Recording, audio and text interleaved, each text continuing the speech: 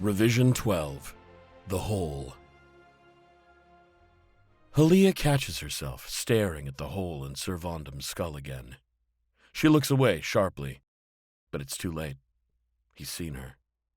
The surgeons did an admirable job sealing up the ends, but the burned tunnel is still in there, in his brain. She let the coward Alpha Rael throw a black hole through her knight's skull. "Tongue," Vondam says, wryly. "I'm not." "It was a joke, Squire." "I see, sir." The pale star that bears them is named the Sundog, but everyone aboard calls her the Bark, due to some pale star crew tradition Haliya doesn't know. She doesn't know a lot about what's going on. She wants to turn to her knight and say, "Sir, should I just shut up and trust you?" But she is afraid he won't say yes. The technic at the defensive station calls out, "Tara Duen, traffic radar has detected us." "Send Sir Vondam's message," the Sundog's captain orders. "If the guns start looking for us, jam first and alert me second." They left the Dawnsire in a secret rush, telling no one, not even Captain Slats. Haliya didn't get to say goodbye to her bind. This is understandable, as sometimes duty must be swift, but there's a hole in his head. He needs time to heal. He treats himself like he won't heal. He treats himself like he's not a real person. He's still wearing the same bandages she wrapped around him on the day he died. All he will say is that they are going to find and kill Alpha Rael. And on his oath as a knight, it's not about revenge. "Sundog," the radio says, "this is Taro Duend. You are big on radar. We have no big landing spot. Orbit south, alters 30, or divert." "Repeat my first message," Vondam orders. "Give them another chance to hand over the spy. Launch the Hope Lights. I want overhead surveillance, a threat map, and a track on the ship that brought Alpha Rael here from the crash site. Then we'll make a pass and drop the ship's photophori for a grid search. They might take a shot at us. My airfoil's vulnerable." The captain hates operating her pale star in atmosphere. Planets are, in contrast to popular stereotype, more of a danger to spaceships than the other way around, except in cases like Haliya's childhood, cases of wholesale, one-sided extermination. "Trust the sum, Captain." "I trust you, sir," the captain says. She has been eyeing Vondam with a mixture of awe and professional worry since he came aboard. "No one on this ship is afraid to die. My concern is that we not waste the ship. We don't have many assets near Kavaron, and if the Imperial Kav government decides to shoot us down, they have the guns overhead. As long as we kill the target first, Captain, they can fire all the guns they please." This isn't just empty rhetoric. What Vondam's saying is, if we all die here, it'll be okay, as long as we achieve our mission. The sum is not an abstract divinity. It's a real, hard figure. Increasing it is the mission. Making that number bigger is the faith. And no one in Sothera lacks faith in their mission. They are here to reignite a dead star. Compared to that, what is a life? Haliya wishes Cataphren were here to explain the right summist interpretation of this situation. "Come," Vondam mutters. "It's time we talk about what's happening here." "Oh," Haliya says. She's been waiting for this conversation for days. Now that it's here, she's terrified. Sir?" "Yes?" "Before you go into battle, it would be good to wash you and reapply your himsaries. Can I do that while you brief me?" "It would be good," Vondam says. "But I want you looking me in the eye, not daubing sweat off my wrinkled ass. This is difficult to face alone. Come on." He gives her a comradely strike over the shoulders. "Let me introduce you to the Anathalmanac." He gives her a quartz memory crystal. She uses a finger laser to read it. He no longer smells of argan oil. He smells like nail polish remover. His body is burning up. She reads, "Mortal imperative, set thy hand aflame.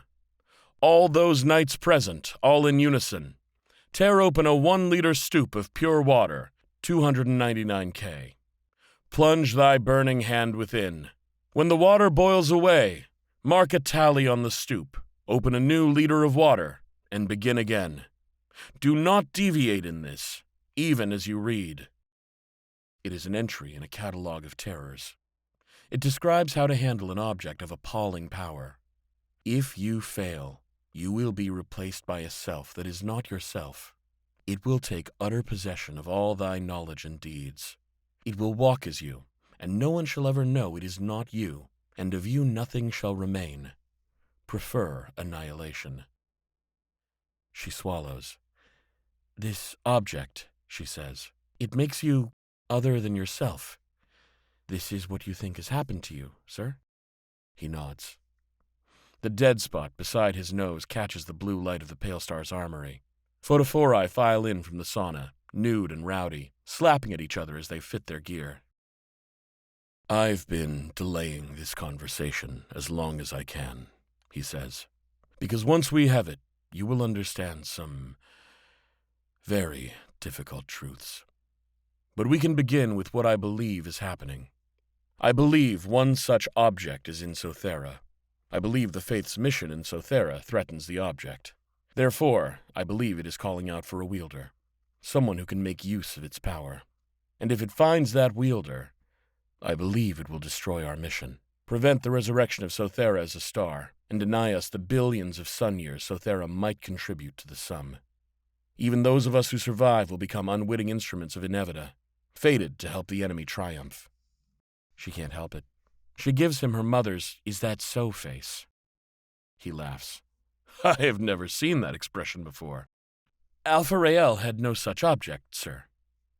No, but he will. That's why he was able to escape the Dawnsire.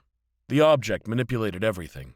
Captain Slat's vision, my death, and my survival. All of it was intended to bring Alpha Rael away from his own people and to the object. How? Is it a god? Can it do anything? No, thank the Sum. It has limits. It can only influence pasts connected to its wielder.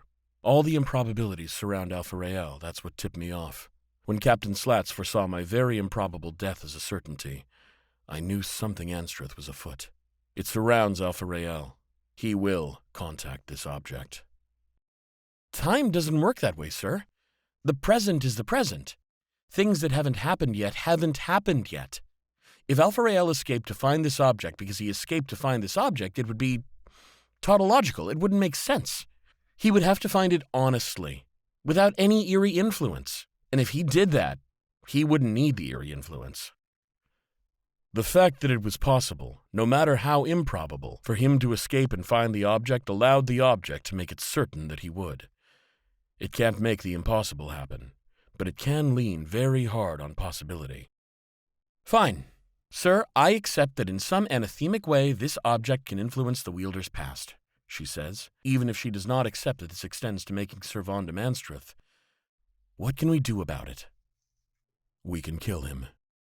But the object will protect him. It will make his fantastically unlikely survival certain. Yes, in fact, it already has, I suspect. He lowers his voice. That we probably came here with a much stronger force, many knights and their lances, possibly more than one ship. But the object has made them improbable. This is a nightmare, she wants to argue. But what's the point? It's Anstreth. Anathemic reality. Of course it offends and confuses her. We can drop all these foot soldiers on Tara Duen, she says, and search every micron of every structure down there. But if fortune is on Alpha Rael's side, he'll always slip away. Yes. We don't know if he'll find the object here. Perhaps it's buried on Kavaron. Or if he'll catch a ship somewhere else. But no matter what, we have to stop him before he makes contact with it. Do you remember Protocol 7? She checks the Anathalmanac again. Number 7. Radiant resignation. Destroy yourself, all those about you, and the object, by the most immediate and violent means available. Disregard all your oaths and vows against harm to the uninvolved. Nihilists force you to do it. The blame is theirs, not yours. Recorded successes? 1. Mortal imperative. Should an avowed enemy of the Summist faith, in particular a nihilist, contact the anathema, proceed without deviation to the 7th protocol. Why? She asks. Why this spasm? Think about it. It needs a wielder to help it choose between alternate pasts. The wielder's past becomes the object's area of influence. What is the core tenet of the enemy faith? That all futures end in black holes. He lets her think it out. If a monoist gets this object, she says, and brings it into a black hole, especially a black hole that joins Inevita, then the object will have access to all the past that have ended in a black hole. By the end of time, to a near approximation, that's all of them. How should we stop him? Now she stares. Sir? My decisions can't be trusted. The object has touched me. It has guided a black hole through my brain. In a sense, Haliya, you are now the knight, and I the squire. She shrieks out loud, covers her mouth. Some of the photophori foot soldiers stare. Sorry, sir, that was just a very frightening thing to hear. I know, he smiles wanly, but you must know what to do.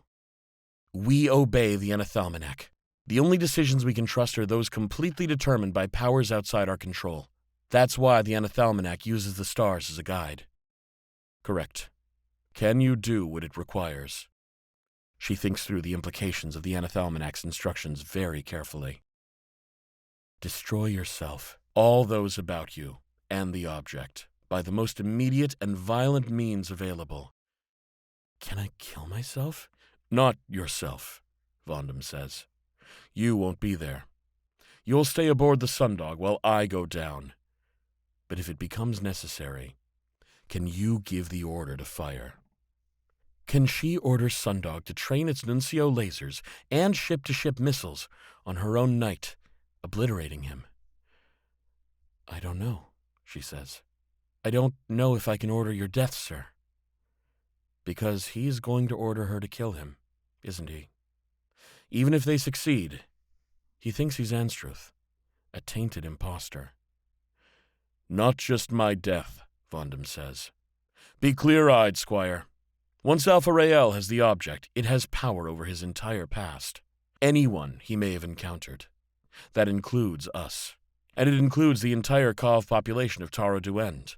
Adults, juveniles, pets, and beasts of burden, everything.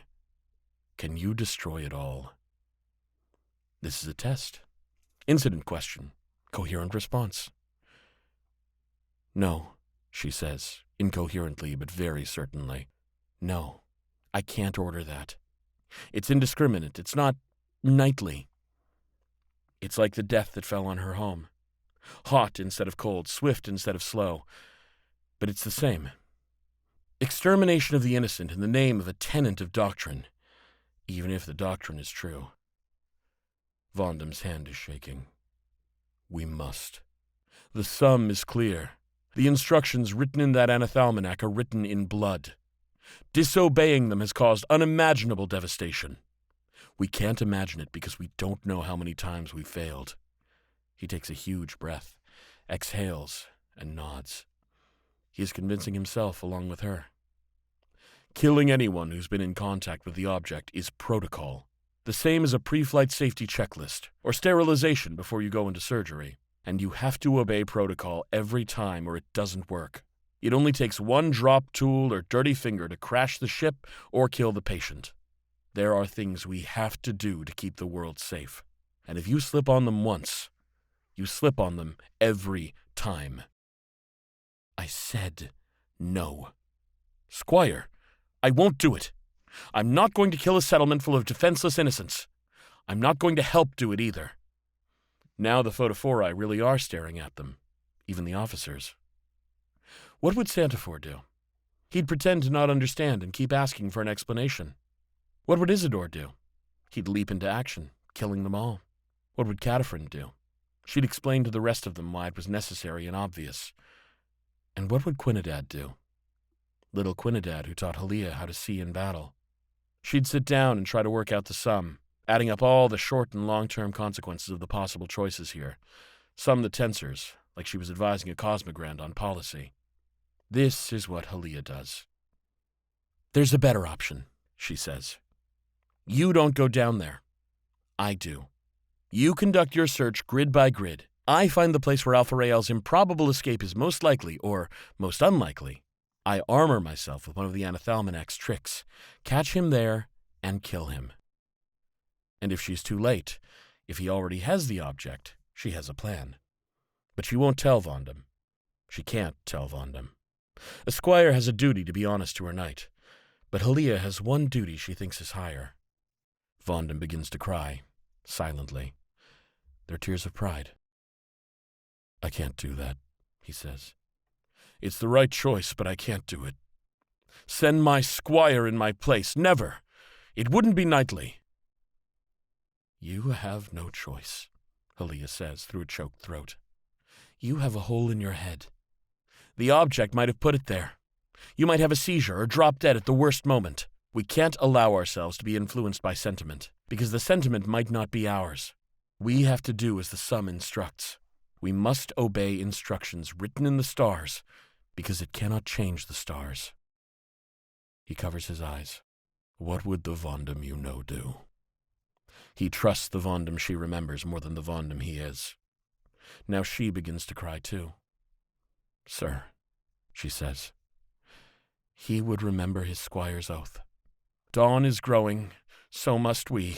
Grow the count of dawns to be, and he would... That's not fair, he says, laughing through tears. The litany, that's not fair. And he would give his squire a chance to be worthy of those oaths, she belts out. Just spit it out, Haliya. Just fire the words without thinking, or you'll let yourself notice how terribly you're hurting him. He would give her a chance to be worthy of his trust. She's going to be worthy of more than that, but she can't tell him, or he would never let her go. Revision 12. Two Fallen. Alpha dreams of falling. He falls through his past, a bullet blasted down the course of fate, shot from his artificial womb alongside his twin sister. He sees Raphella, and he sees her chosen to go into Sothera on her final plummet, her first plummet into the next eternity. Their courses diverge. I tell him that this is important, the twinning and separation. One twin cast into the singularity, one twin turned away. It makes him potent. You won't be offended, I hope, that I prefer him to you. It's just that he's so close to Inevita. You want to know, what is Inevita? It is what survives at the end of time. You want to know if I am a creature of Inevita. But I'm not telling. Alpha Rael's used me already, to get rid of the Cov. Revision 12. An easy change. I preserved the present, armored Cov in the Surima's cargo bay, but changed the past, the vector of the Hoplites' descent, and its radiation, so that the Cov came to the Surima not as captors, but as walking corpses. Alpha Rael dreams of falling into the far future, the deep abyss of cosmic evolution. Begin in me thy ending, he begs. Chart for me the way I walk. He sees all the space between the walls, the shell between two bubbles, between everything and nothing. He sees how the stars will eat their fuel and go out. He sees how the dark masses that remain will draw each other together and collapse. The cosmos will be struck clean of its errors, shriven of all waste and impermanence. Shrive me, he begs. Make me fringe into the narrowing courses of thy heart. For all things will surely be fringent to Inevita, caught on its borders, and destined to reach its heart. Down will be the same as tomorrow. Pare me from fate's gore! Let him simplify the path. Let him hasten the coming of Inevita. Oh, Raphella, are you there already, waiting in the next eternity of which Inevita dreams?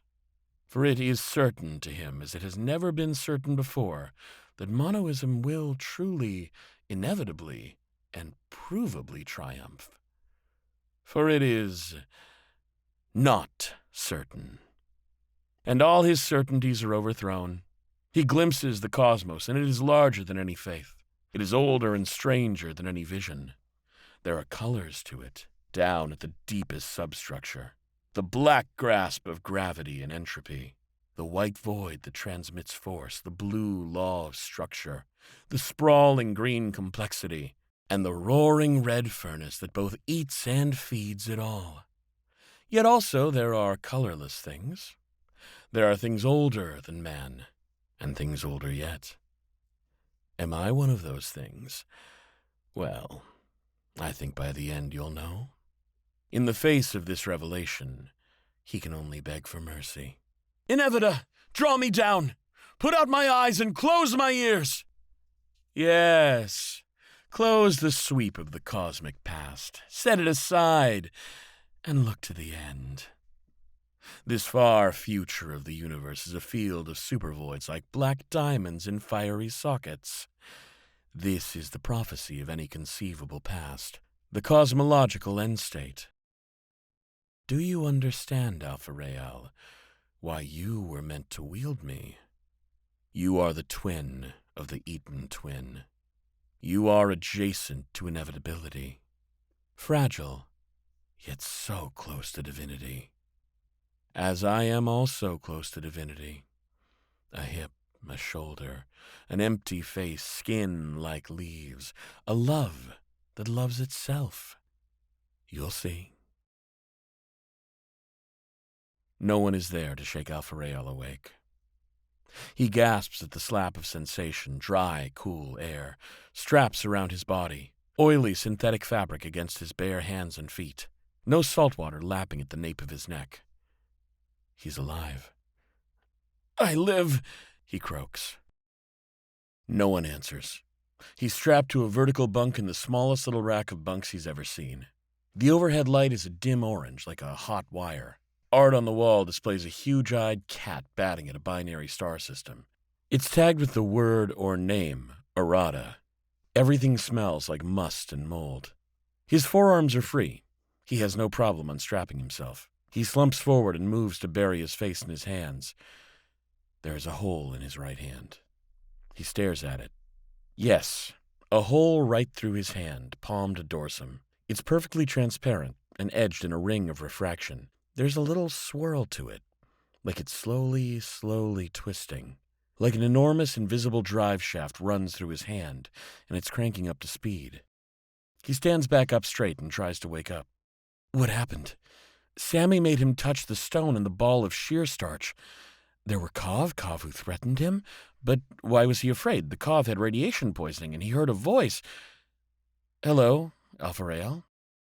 He leaps up and cracks his head on the overhead above and stumbles out swearing.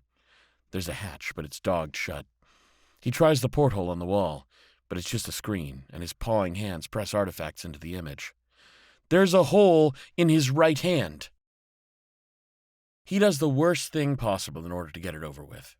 He raises his right hand before his face and drives his left index finger straight through it. It feels like nothing. Just a hole. He wiggles his fingers around. There's no sensation on the hole's rim. He bites the fingernail protruding through his hand. Still a finger. Still hurts. I'm alive, he decides. That's what seems important. I'm alive? He looks at the porthole screen. Outside, a Kov wearing an enormous sun hat and a safety green vest is unhooking a cable from a towing latch. The ship has been hauled into a cavern or hangar. Alpha-Rael prods the porthole until the camera swivels for him and aims at the cavern's open mouth. Dread leaps for his throat. Outside, he can see a slice of a Kov settlement. It's a town on stilts, a maze of bright, half-permanent buildings beneath a forest of lightning rods and rigid kites. Sothera hangs, dust-reddened and enormous in the stormy sky. He's still on Kavaron, and he has not escaped. A Sunstar Free Company patrol ship swoops over the town. A golden gladius with wings of light, the ship that shot him down. And from that ship rains an armored rain, the tiny figures of solar knights descending on spikes of plasma. Photophori cling to tabor mechans, like the legs of ballooning spiders. In the distance, a hoplite warmaker, like the one he stole, glides over a baked dirt runway, flashing its lasers at anything trying to take off below. The message is clear. No one gets to leave. They want him. I thought I got to live, he croaks. I thought you let me go. I don't understand. And it's not as if he can cry out to the monastery for help, is it? He abandoned his sacred charge. He's alone. Captain Sammy! Alpha-Rael shouts. Captain Sammy, they're coming for me! Captain, we have to go! No one answers. He searches the cabin and finds a jet injector with the handwritten Cymer label, "In case of further seizures, take this." He tries to use it to pry the hatch open. Of course it doesn't work. He scrabbles around at the top of the hatch, the sides, the bottom, looking for some wire to pull, or emergency release to trip. Nothing. Nothing! Except, what's this? A sheet of markup rag fallen off the hatch and puddled on the carpet. He grips it in his normal hand and shakes it out to read. "Gone out for fuel. Back soon.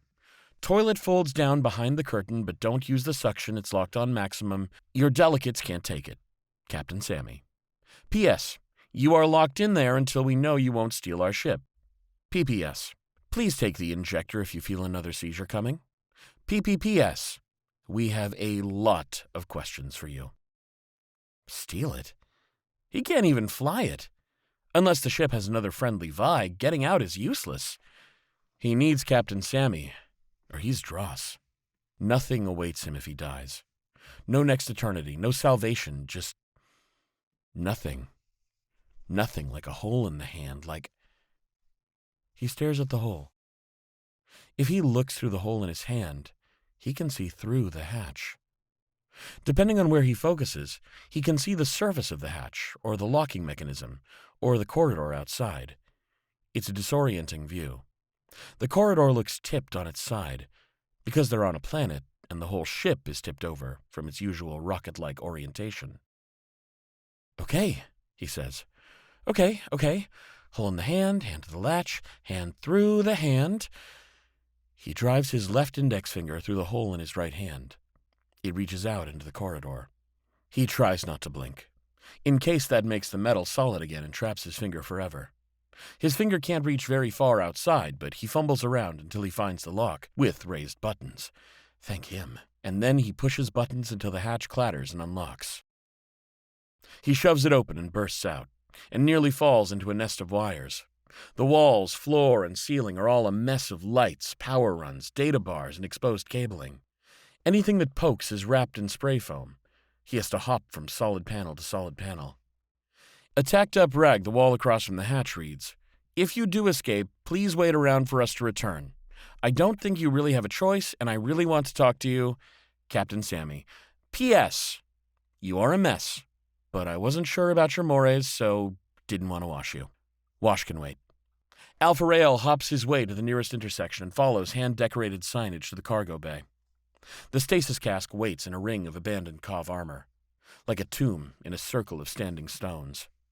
When they put him inside it, Alpha Rael recognized the model from Susur Secundi. Apparently Pinnacle really does gift everyone the exact same make. And that means Alpha Rael knows exactly how to shut it off. He rubs at the hole in his hand as the cask whirs up to real time. There is something inside he needs. Something that makes trouble go away. Revision 13. On the Barricades. "I don't understand why they haven't seen us," Sammy admits. "I don't think I'm this sneaky." The Free Company is everywhere. Surveillance drones spider across the sky on stabs of thrust. Searchlight our flickers over Taro Duen like an enormous freight clerk running a final checkout scan on the settlement. Lances of infantry pull barriers across the boardwalks. They must be here for Alpha Rael. It's proof of Sammy's luck that the Sarima is parked in a cave off the slag fields instead of in the open at an airport. But sooner or later, the Free Company will figure out how Alpha Rael arrived. Someone will give up a description of the interplanetary ship that dropped off the dying soldiers. Or maybe someone won't. In an act of aggressive, unilateral solidarity, the Cov are raising 13 kinds of hell. A flight of kites catches a surveillance drone on their tether cables. A boardwalk collapses under passing troops as the seismic pilings relax into structural pasta. Smoke billows from a salvage fire as some Cov takes a cutting torch to old rubber. A gang of Cov workers in fire gear turn their hoses of adhesive suds on Free Company troops. "These Cov," Tanuk says, with thick and bitter pride, "do not like a snitch." You could not ask for a better first mate, or a worse fugitive than Tanuk. The first thing he did when he saw the pale star in the sky was come and find Sammy. Then he wrapped his poncho around Sammy and they ran off together, Sammy huddled under Tanuk's bulk. Sammy has to stay exactly in step with Tanook's feet. But this is not hard, because Sammy has got rhythm. "They're getting away with it, too," Sammy says. "Tan, is it just me, or are these goons acting a little rigid?"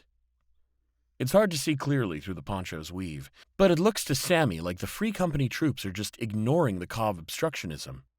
They're sweeping the settlement by a program, grid by grid, moving in echelons of lead and follow up. It's methodical. Too methodical. They don't dodge or reroute around obstacles. They just keep on stubbornly going, even if it means clambering over a burning barricade or searching the depths of a flooded basement. They don't trust their own eyes, Sammy realizes, or their own sensors, or anything.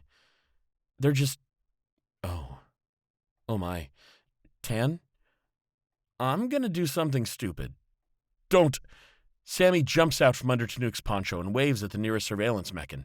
Hey, over here! A Cov nearly round with age and success fires a distress rocket straight at the mechan. The sound and glare of its detonation tears away Sammy's shout. A moment later, a wind-blown insulation tarp smashes into the mechan and covers its sensors. The machine tacks up, thrusters stabbing, trying to shake free. Sammy dashes ahead, to the ramp where the boardwalk descends onto a packed earth road that leads to the slag pit. A Free Company checkpoint blocks the way. A number of the armored soldiers are pushing a Cov truck with a burned engine into a makeshift barricade.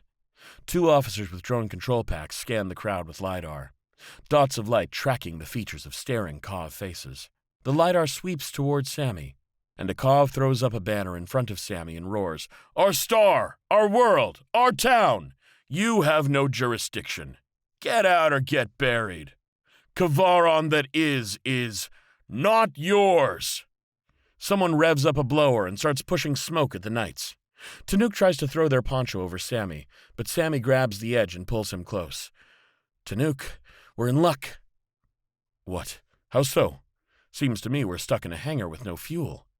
Their ship is still too dry to boost to Uthros and meet the Metal Man, and they don't have a prayer of outrunning the Free Company ships overhead. "We're in luck. They can't see us. We're too lucky. It's the rock, Tanook. The rock is lucky." "Lucky how? Lucky as in it knocks you silly if you touch it? Because that's all it's done. And now it's safe in stasis, so it can't do anything else." "I don't know, but somehow—" One of the Free Company officers fires up a microwave weapon. The crowd roars in anguish and Sammy screams, one lone human wail among them, as all the flesh a millimeter below their skin begins to cook from the inside. Tanook whips his poncho over Sammy. The insulated anti-lightning liner grants a moment of relief. "Tan!" Sammy gasps, clutching at his giant thigh. "We need to get out of here before things get bad." "Things were already bad," Tanook says. "This is the better version." "What?" "If you're right, and we're lucky, then this is the best version of our escape. And I don't like how it's looking for everyone else, Captain.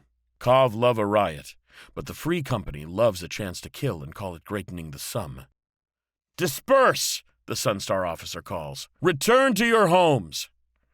Cov throws storm pouches over little ones, over antenna and tools that jet sparks. Something catches fire and flashes up. "No, it's not," Sammy says. A horrible chicken taste swells under their tongue. A horrible empty wind blows in their ears. The wind on Sigma, where the Choprites never sat down for dinner. "It's not what?" "This isn't the best version of our escape. There's a better version, an easier version." "Captain." The stampede takes off slow at first. A phalanx of Cov behind a wall of storm ponchos and sheet metal, tramping forward into the microwave field in a sputtering wave of sparks. "The version where everyone's vanished," Sammy says. "Where there were never any sick Cov, never anyone in Tara Duend, just an abandoned settlement for us to loot some propellant and move on. We'd find their things, like we did on Sigma, and we'd wonder, what happened here? Did everyone get sick? Was there radiation? Was there an impact warning? Did everyone just get on their trucks and go?" A huge Cov core mail just up ahead, absolutely swollen on the charge, rears up and begins to stamp his feet. Electricity sparks off his jewelry. He roars defiance and keeps stamping. "But the truth is, we happened. We got lucky. And our luck was, everyone else was gone. Maybe that's how it happened on Sigma too. Maybe there were people there, before we showed up." The crowd takes the rhythm. The stomp, the stamp, testing the ground. The bellow of challenge. "Captain," Tanuk says, "maybe we should just get rid of it. Give it to the Free Company. Tell the metal man we couldn't finish the job." "But Tan," Sammy says, "then he wouldn't fix our ship. And then who'd look for Miri?" The Cov charged the Free Company checkpoint. Revision 13. Haliya kills. A team of photophori from the Moratorio Cosmogrand help her make her first combat descent. They assure her everybody falls on their first combat jump, and when she doesn't, they tell her she's clearly a badass and will succeed in all her efforts.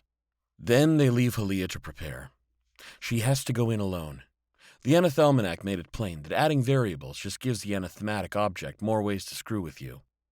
Her plan is to find the blind spots in Servandum's search, and then search them.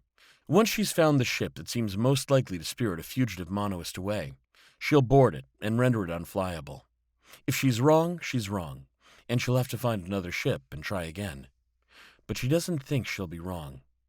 She heads for the mined-out cavities along the town slag field, where old prospectors searched in vain for a second strike. The airport is under constant surveillance, so Alpha Rael won't go there. And where else would you hide a ship? In these caverns where ground-penetrating radar and thermal can't see. Along the way, she prepares her anti-object ritual. Follow the Anathalmanac entry. Take the distance to the nearest star reborn by the Dawn Sire, or one of her sisters, in light years. Divide that number by your own age in minutes. Take the ones digit of the result. The purpose is to create a number determined by this place and your identity, so that you have to be here in order for events to proceed. For her, on Kavaron, the answer is 6. For Servandum, the answer is 3. Number 3. Pendulum, encoding faith. Fashion from gleanings a triple-jointed pendulum. Dangle it from thy armor. As she descends to the slag field, hidden under the camouflage of her war cloak, she snaps together 3 carbon fiber tent rods from her survival kit. The ball joints swing freely. She sprays Quick Fix on the bottom rod and glues on a bearing from a telescope mount as weight. Then she clips the top of the pendulum to an elastic band and settles it around her helmet, so it sways in front of her face, pulling her neck forward and down. She has to be sure it keeps swinging. Everything depends on it. A triple-jointed pendulum is a chaotic system, but chaos is not the same as disorder. In fact, the pendulum is hugely ordered. Its motions are determined exquisitely by her motions, so exquisitely that no one else's motions, even following precisely in her footsteps, could produce the same motion of the pendulum's tip. "Vi," she whispers, "every second, I want you to capture the pendulum's velocity. Use that vector to select a passage from the faith space. Transmit the selected passage to the Pale Star, for retransmission according to the instructions I gave you. Broadcast the selected scripture to the nearest secure router of the faithful, to be repeated in prayer each and every day for the next 1,000 years. For the next 1,000 years, the exact prayers spoken by billions and billions of Sunstar believers across the edge will be determined by her exact motions here. And this web of causality would be altered in its entirety if the object removed her or substituted someone else in her place. The web fixes her in place. What she is doing is very simple, but she has no idea if it will work. Maybe, if it does work, she won't even know it.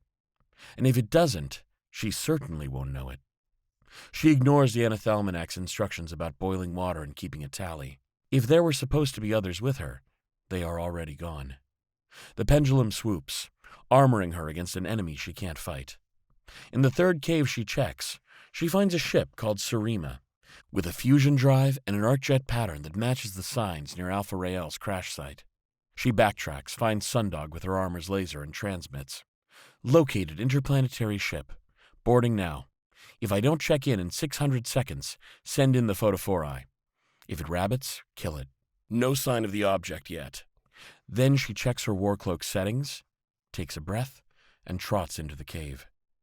She trips on a chunk of half-melted alloy and goes down swearing. Her armor saves her from skinned knees and torn-up palms. She throws her head back and sends the pendulum waving in a wild arc. Still swinging, and all those billions who will receive different verses of scripture because she fell, all of them are her armor. All those prayers. Allow her a little moment of pride. She feels like an angel on errantry. She gets up and moves on, her tongue clamped firmly behind her teeth. First things first. Plant a charge under the Serema's folded airfoil. Plant another against the shadow shield for its main drive, just in case. Then, go in. Nothing's happening. Alpha Rael clutches the weird rock in both hands and carefully speaks aloud. Bring Captain Sammy back here safely. Get us off this planet and away from the Sunstar Knights. Didn't it tell him it was his special rock? Didn't it say he was powerful and important, or was that all just a dream? Is he trying to wish upon a stone? The rock rests dead in his hands. A panel on the wall of the hold chirps. Alpha Rael dashes over to it, hoping it's Captain Sammy returning to get him out of here. But it's incomprehensible.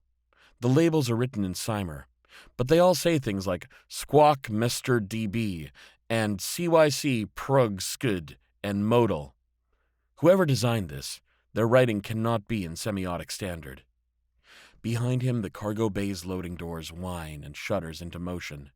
He whirls. The door drops hard and fast, banging on the slag outside. The scent of lightning and hot dust rolls in, and his ears pop. A bright figure stands in the gap. Something scythes silently before it, back and forth. A severed mantis leg dancing. He recognizes the figure. He knows that armor. It's the wet rat. The pathetic woman from the Dawnsire is back for revenge. Alpha Rael brandishes the rocketer and shouts, "Vanish!" Nothing happens. For a moment, the bright figure just stares at him. Then she says, "Is that the object?" Alpha Rael scrambles for the nearest ladder. The bright figure shoots him. The Gladiator ionizes the air between them with the laser, and then dumps a bolt of electricity down the invisible wire. Without armor, he is helpless. He says, "Grr!" and drops like a pole. The armored figure advances, fires again. Alpha Rael drools and grunts as his muscles seize up. He wills the Gladiator to break. He wills Captain Sammy to show up and shoot the Summist in the back. He wills... The armored figure shoots him a third time. His head slams off the deck and he sees Raphella and wishes she had never gone. He sees a slender waist, a beautiful face with nothing behind it. That's not Raphella. What is that? The armored figure kneels over him. The metal rods swaying from her brow dance and jerk. With 2 armored fingers, she pries his mouth open. "Can you speak?" she says. He gurgles. "It's my fault this happened," she says. "I should have held onto your ankle harder. I should have locked my armor. But now you've got the object. I'm supposed to kill you now. And myself. And then Servondum will destroy everything down here, all the Cov, maybe our own troops too. Maybe he'll fly the Sundog into the sun. It's awful. It's wrong. He's got a hole in his head. He's not himself. So I'm going to do the right thing instead." She pushes something cold and round into his mouth. His jaw is still spasming, so she has to hold it open. He screams at her because the pain makes him furious. "That's a bomb," she says. "If it doesn't get my passcode every 10 seconds, it'll blow up. Now that it's in your mouth, I don't see how the object can get rid of it. Lucky guess on the code, maybe?" She waits a moment. Alpha Rael counts to 10. He's still here. She must have sent her passcode. "I need you to do something," the armored woman says. "I need you to use the object, even though it's anathema." "Yes," he nods. "He'll do it, no question. He has given up paradise to live a little longer." "I need you to change what happened on the Dawnsire," the woman says. "Look, here." Her armor is studded with optics. It draws a hologram in the air above him. He sees himself wild, drenched in steam, winding up to throw. In his fist is his singularity bead, the moment he threw away paradise. "I need you to change things so that I was the one you killed," she says. "I can still survive if you want, with a hole in my head, or I can die, but the important thing is that Vondum can't be harmed. The important thing is that Vondum's judgment goes unimpaired. He'll know what to do better than I do. Then I'll have fulfilled my duty to die before my night." She touches her helmet carefully, where the triple pendulum jerks and sways. "I didn't use my birthday to select Protocol 3. I used Vondum's. It should be Vondam here, in my place. All those prayers should be connected to him. If I stop the pendulum, can you make that change? Alpha Rael wishes very badly that Captain Sammy would appear and shoot her in the back.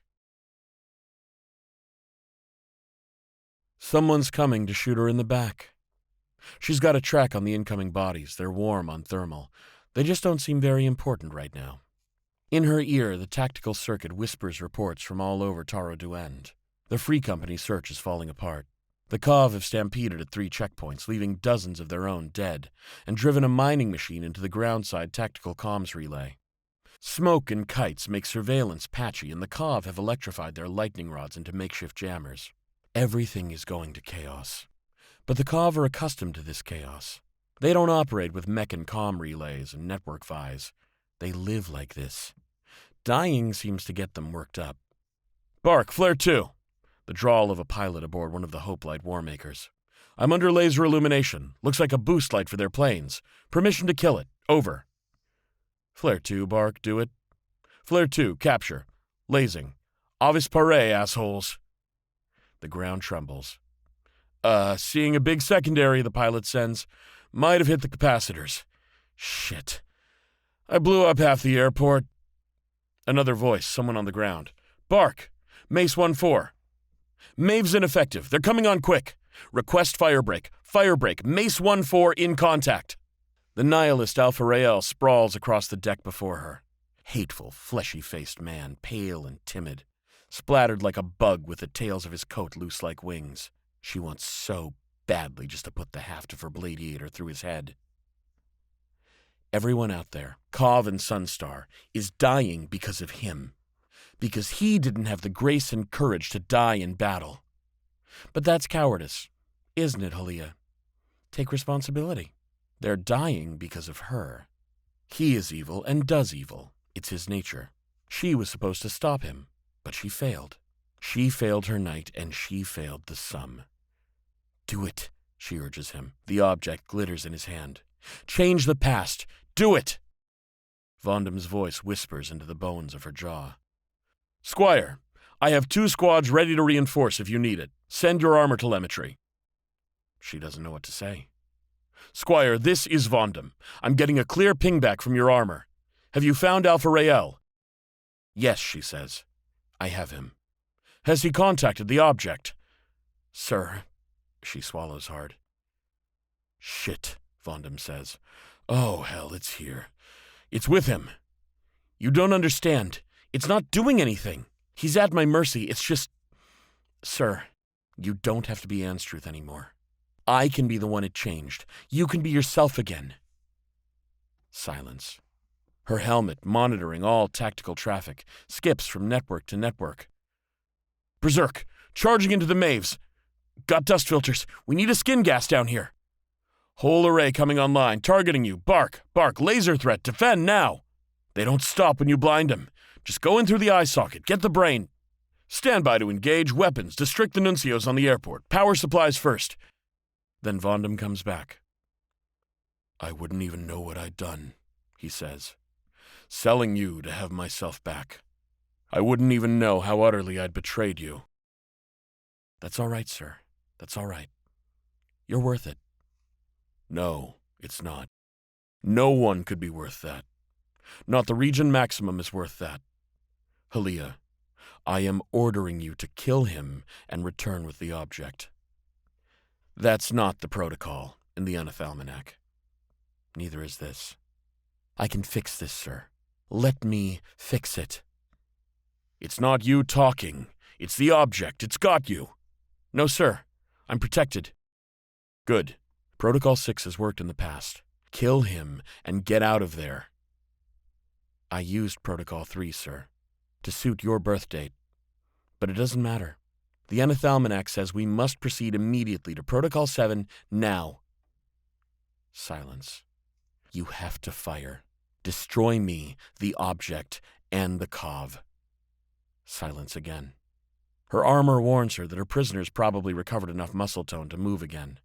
She considers the pathetic man in the rock. He betrayed his creed, and for that this awful object said yes.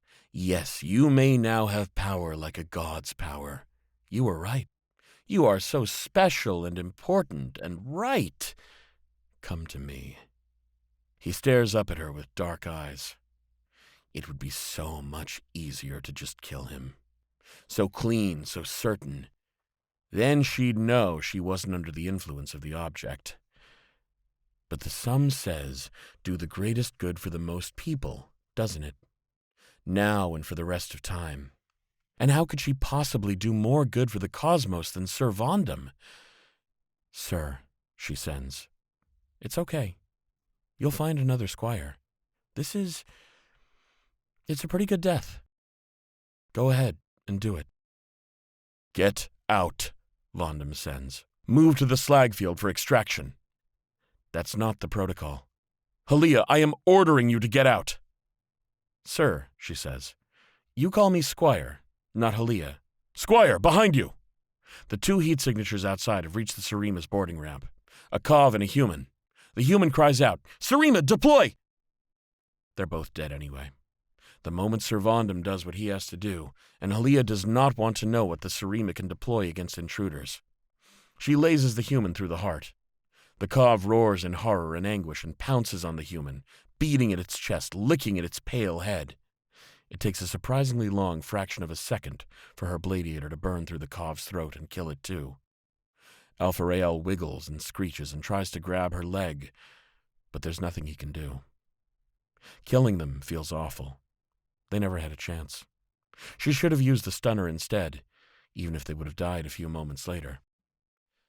Now Haliya really does want to die. She wants Vondam to fire on her position and get it over with.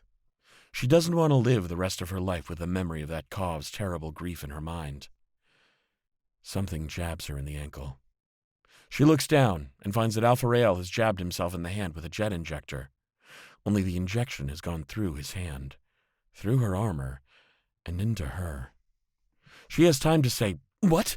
and then her muscles freeze.